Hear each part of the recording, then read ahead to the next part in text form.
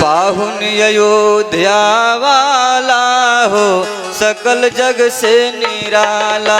पाहुन अयोध्या वाला हो सकल जग से निराला। पाहुन अयोध्या वाला हो सकल जग से निराला। पाहुन अयोध्या वाला हो सकल जग से निराला। एक ही पिताजी के भैले चार लाला। सभी लोग आइए के भैले चार लाला। एक ही पिताजी के भैले चार लाला। एक ही पिताजी के भैले चार लाला। दुगो भैले गोर दुगो काला हो सकल जग से निराला।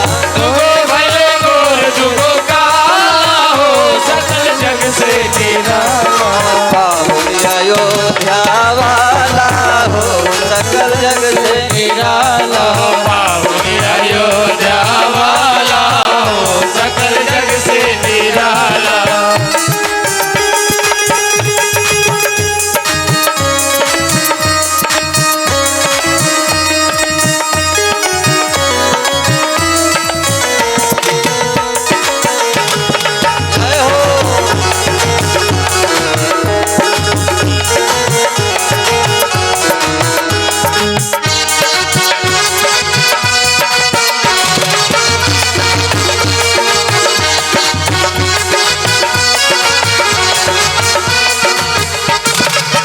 अवध में जो सब शिरोमणि कहाला।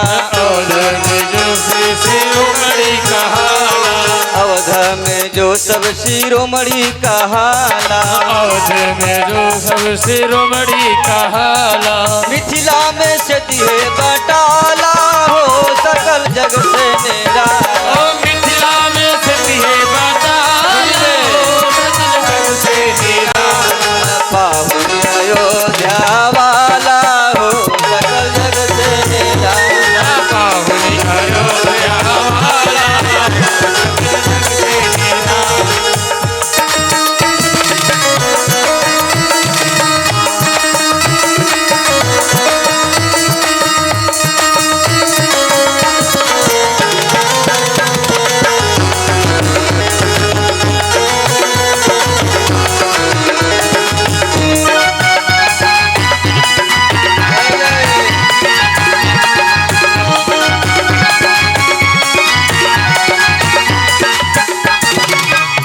सखी कर रही है, अरे सखी इतनी ही नहीं, बोले क्या तो और छौर दरस परस दुर्लभ बुझाला। बड़े बड़े योगी ऋषि महर्षि इनको भी कभी ये स्पर्श नहीं आते हैं, ऐसे बड़े प्रतापी हैं। लेकिन मिथिला की कितनी महिमा है।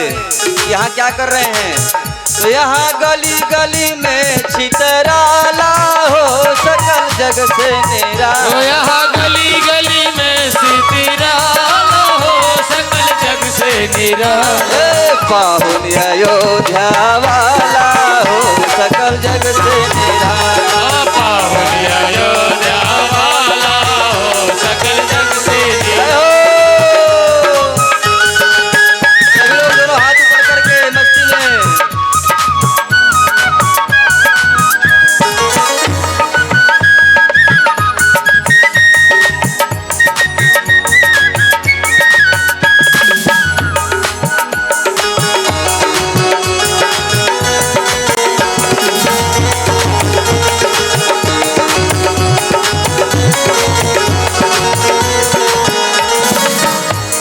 फुलवारी में सिया जी से पाला। परल फुलवारी में सिया जी से पाला।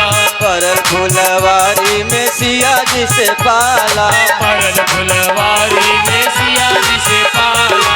रघुवर के निकलल दीवाला हो सकल जग से निराला। रघुवर के निकलल दीवाला हो सकल जग से निराला। पाहुन अयोध्या वाला हो सकल जग से निराला। पाहुन अयोध्या वाला हो सकल जग से निराला।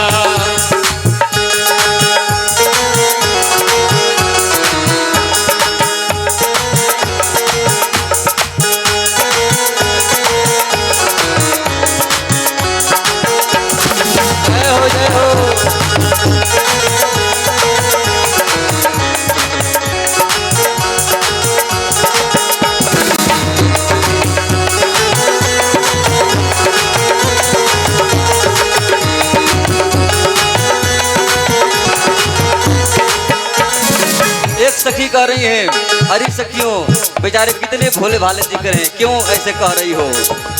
एक सखी कह रही है, तुम नहीं समझोगी मैं समझ रही हूँ। बोले क्या? तो बाहर बाहर लागेलन बड़ा भोला भाला, बाहर बाहर लागेल बड़ा भोला भाला, बाहर बाहर लागेल बड़ा भोला भाला। भीतर से गुरु घंटाला हो सकल जग से निराला। ओ भीतर से गुरु घंटाला हो सकल जग से निराला। बाहुन अयोध्या वाला सकल जग से निराला। बाहुन अयोध्या वाला हो सकल जग से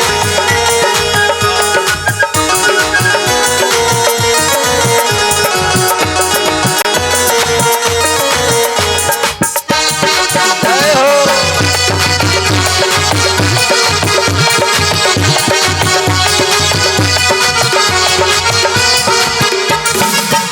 एक सखी कह रही है, अरे सखी तुझे पता नहीं है, जो अयोध्या की जो राजकुमारियां हैं बड़ी सुरक्षित हैं। किसी के हिम्मत नहीं किसी राजकुमार को कि अयोध्या के जो राजकुमारियां हैं, लड़कियां हैं, उस पर कोई किसी प्रकार की कुदृष्टि देख सकता है। लक्ष्मण जी बड़े प्रसन्न हुए कि चलो हमारी बेटी बहनों की प्रशंसा हो रही है, तो सदा से सुरक्षित अयोध्या की बाला। जगी सुरती अयोध्या की बाला, जगी सुरती अयोध्या की बाला। बहुत सुरक्षित हैं। लक्ष्मण जी बोले कि तू क्या, अरे हमारी बहनें बेटी कोई ऐसी थोड़ो हैं। लेकिन तब तक एक सखी ने कहा, छोटे सरकार बुरा मत मानना, राजकुमारों से तो दूर रहती हैं, लेकिन अरे संतों के फेरी में घटाला हो सकल जग से निराला। ओ संतों के भीड़ में बटाला हो सकल जग से निराला। बाहुन अयोध्या वाला हो सकल जग से निराला। बाहुन अयोध्या वाला हो सकल जग से निराला। बाहुन अयोध्या वाला हो। एक सखी कह रही है, अवधिन के जीजा भेटाला सिंह वाला। अवध के जीजा बेताल सिंह वाला। श्रृंग ऋषि राम लखन भरत साला हो सकल जग से निराला। राम भरत जगसाला हो सकल जग से निराला। पाहुन के पुरखा दिलीप महाराज, पाहुन के पुरखा बन बने बौराला। पावन के पुरखा बने बने बहुराला। गैया चरावे जैसे ग्वाला हो सकल जग से निराला। हो गैया चरावे जैसे ग्वाला हो सकल जग से निराला। एक बात और कर रही है कि माई करे जुधे तबले बाप सोस्ताला।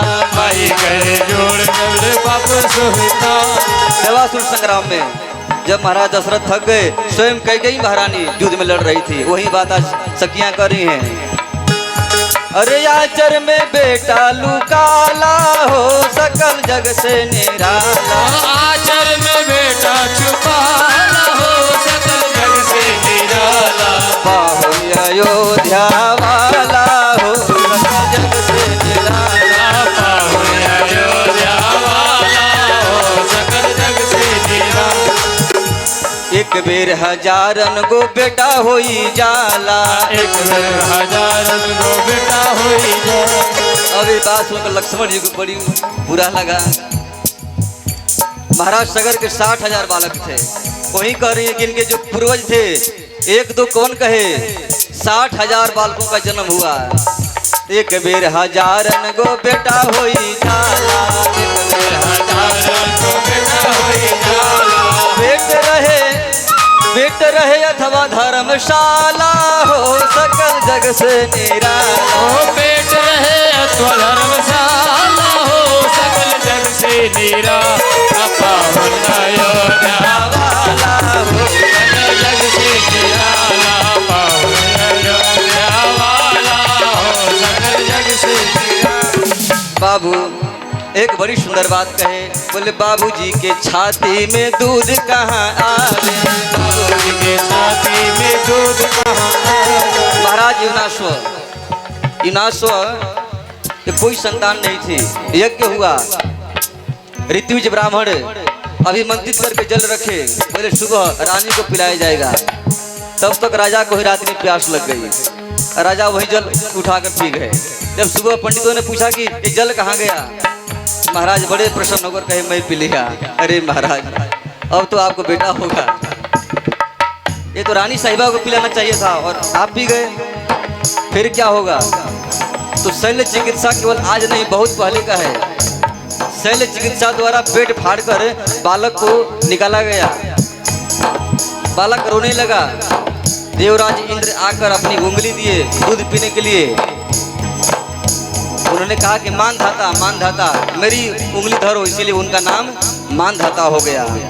तो बाबूजी के छाती में दूध कैसे आवे, बाबूजी के छाती में दूध कैसे आवे, मर्दों के बेटा होला अवध में सुनाला, मर्दों के बेटा होला अवध में सुनाला, पिए खातिर अंगूरी दियाला हो सकल जग से निराला, पिए खातिर अंगूरी दियाला हो सकल जग से निराला। एक सखी कर रही है, अभी ताजी घटना है। बोले क्या, तो खीर खा के अवध माही बेटा होई जाला, फिर कभी अवध में बेटा होई जाला, केवल खीर खाने से बेटा हो रहा है। कैसन कैसन गड़बड़ घोटाला हो सकल जग से निराला, कैसन कैसन गड़बड़ घोटाला हो सकल जग से निराला, बाबू अयोध्या वाला हो सकल जग से निराला,